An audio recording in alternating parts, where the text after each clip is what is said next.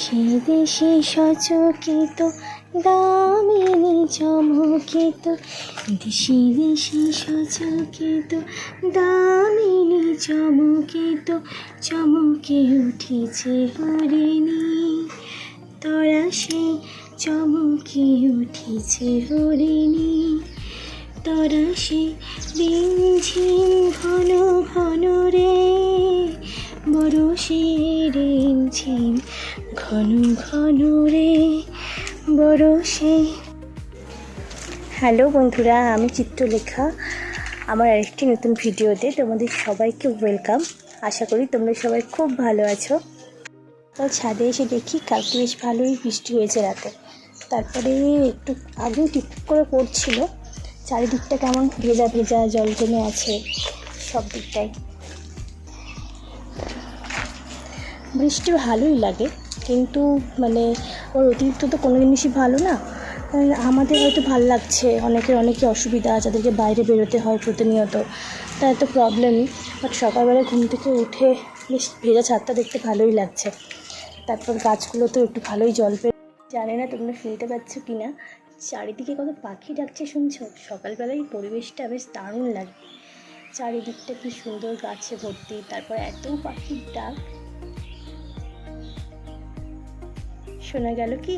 যদি শোনা গেছে অবশ্যই কমেন্টে জানাবে, কিন্তু ভীষণ ভালো লাগে। কি সুন্দর, একই তো বৃষ্টি পড়েছে, তারপরে গাছগুলোকে দেখতে এত সুন্দর লাগছে, এত সবুজ লাগছে, তারপরে পাখির ডাক ভীষণ সুন্দর লাগছে। সেই যে ওইটা মনে পড়ে যাচ্ছে, ওই গানটা কবির। পতিত বন্ধু ছায়ায় আসন পাতে এসো, এসো শ্যাম সুন্দর, এসো বাতাসের অধীর খেলার সাথে এসো মাতা ও নীলাম্বর। তাই না? ভীষণ ভালো লাগে। প্রকৃতি আমার খুব প্রিয়। প্রকৃতির গাছ, প্রকৃতির ফুল ফল পাখি সব কিছু আমার বেশ ভালো লাগে। গাছ আমার সব থেকে প্রিয় জিনিস। আমার গাছ ভীষণ ভালো লাগে। আমি গাছ ভীষণ ভালোবাসি, দেখতেও ভালোবাসি, গাছ লাগাতেও ভালোবাসি। খুব ভালো লাগে আমার। তোমরা কে কে বাড়িতে গাছ লাগাও অবশ্যই জানিও।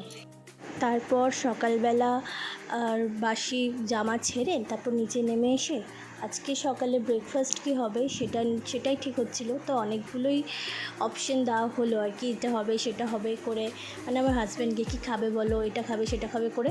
তারপর আমিই বললাম যে আলুর বড়া দিয়ে মুড়ি খাবে। ও আলুর বড়া দিয়ে মুড়ি খেতে খুব ভালোবাসে, আলুগুলো গোল গোল চাকতি করে কেটে তারপরে যেমন করে বেগুনি হয় সেভাবে ভেজে। তো মেসোমশাই ছিল গত পরশু, তারপর কালকের ভিডিওতে তোমরা মেসোমশাইকে দেখেছো। তো মেসোমশাই ছিল, মেসোমশাইকে জিজ্ঞাসা করলাম তুমি বড়া দিয়ে মুড়ি খাবে? বললো হ্যাঁ খাবো। তারপরে বড়াগুলো আমি একটা একটা করে ভেজে নিলাম। তারপরে দেখো মেসোমশাই দেখালো আমাকে অল্প মুড়ি দিবি। তো তারপর বড়াগুলো ভেজে নিয়েছিলাম, বড়াগুলো ভেজে টেজে নিয়ে তারপরে মুড়ি দিয়ে দিয়েছিলাম। মেসোমশাইকেও দিলাম, আমার হাজব্যান্ডকেও দিলাম। মামনি বাপি খায়নি, মামনি বাপি বড়াগুলো শুধু মুখে খেয়েছিল। তারপরে এই যে কী রান্না হবে, প্রতিদিনেরই কী রান্না হবে এই ভাবতে ভাবতেই একটা বেলা পার হয়ে যায়।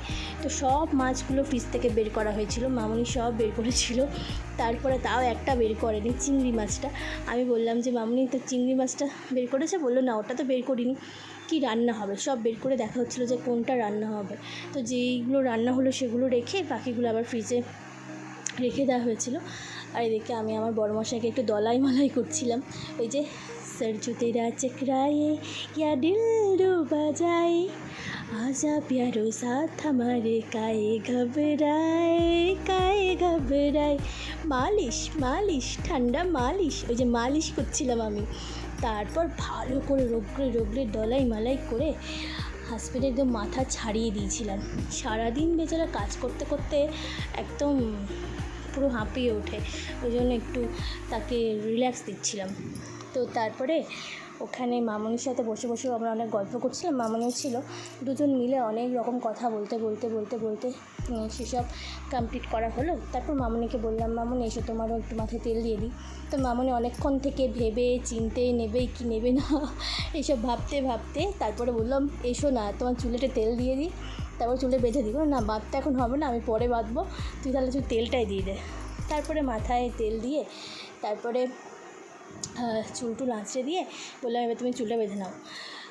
তারপর রান্না কী হবে সেই ঠিক হতে শুরু হলো। তারপরে আমাদের বিভিন্ন রকম দুজনের মধ্যে গল্প হচ্ছিলো, গল্প হতে হতে রান্না বান্না মোটামুটি ঠিক হলো। তারপরে সবজিপাতি নিয়ে বসলাম এখন কাটতে। তল্পিতল্পা না নিয়ে বসলে তো আর হয়ে ওঠে না সহজে যে কী রান্না হবে। তো এই যে শুরু হলো এখন কাটা ছেঁড়া করতে বসতে। তারপরে ঠিক হলো যে এই সব রকম সবজি দিয়ে একটা ভাজা হবে, তো সেটাই আমি এখন কাটতে বসলাম। এবার আর ওখানে প্রচুর গল্প চলছিল আমার মামনির আর নীলাম দিদি হচ্ছে আমাদের বাড়িতে আমাদের কাজের যে সাহায্য করে সেই দিদির নাম হচ্ছে নীলাম। তো তিনজন মিলে গল্প গুজব হাসাহাসি নানা রকম হতে হতে আমার ততক্ষণে সবজিগুলো কাটা হয়ে গেছিলো।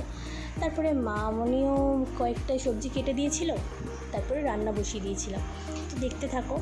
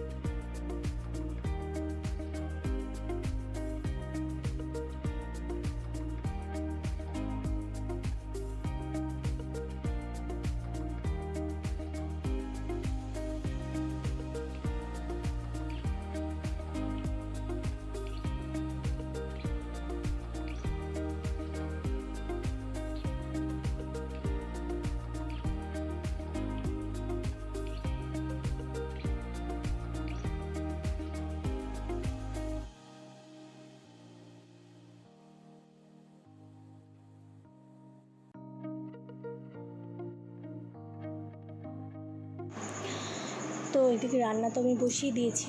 রান্না বসানোর পরে তারপরে দেখলাম ভাতটাও প্রায় হয়ে এসছে। তারপর মামনিকে বললাম যে ভাতটা নামিয়ে দাও আর মাঠটাও ঝাড়তে দিয়ে দাও। আর তারপরে মামনি এসে ভাত নামিয়ে মারও ঝাড়তে দিয়ে দিয়েছিলো। আর এদিকে আমার রান্নাবান্নাও মোটামুটি আমি কমপ্লিট করে নিচ্ছিলাম। এদিকে ওভেনটাতে মাছটাও বসিয়ে দিয়েছি, আর এইদিকেও আর একটা যেই ডাল হবে সেটাও বসিয়ে দেবো। আজকে এমনিতেই রান্না হতে একটু দেরি হয়ে গেছিলো, মানে এদিক ওদিক করতে করতে কি রান্না হবে ঠিক হতে দেরি হয়ে গেছিলো আর কি। তারপরে এই যে রান্না কমপ্লিট করে আমি চলে গেছিলাম স্নান হয়ে গেছে, একদম ফ্রেশ হয়ে নিয়েছি। এইবার লাঞ্চে যাব, লাঞ্চ করব, তারপর তোমাদের সাথে আসছি। আর চলো দেখি আজকে কী রান্না করেছিলাম তোমাদের সাথে শেয়ার করি। রান্না হয়েছিল ভাত, সবজি দিয়ে মুগের ডাল, অনেক রকম সবজি দিয়ে ভাজা, চিংড়ি মাছ ভাজা, ইলিশ মাছের ঝাল, পটল চিকেন, নবদ্বীপের লাল দই। Lunch complete. আর এই যে ছাদে জামা কাপড় তুলতে এসে গেছি, বাইরে খুব সুন্দর হাওয়াও দিচ্ছে। আর তোমাদের আমার আজকে ভিডিওটা ভালো লাগলে অবশ্যই কমেন্ট করে জানিও। আজকের ভিডিওটা এখানে শেষ করছি, আবার দেখা হবে নতুন কোনো একটা ভিডিওতে। ততক্ষণে সবাই খুব ভালো থেকো, টাটা।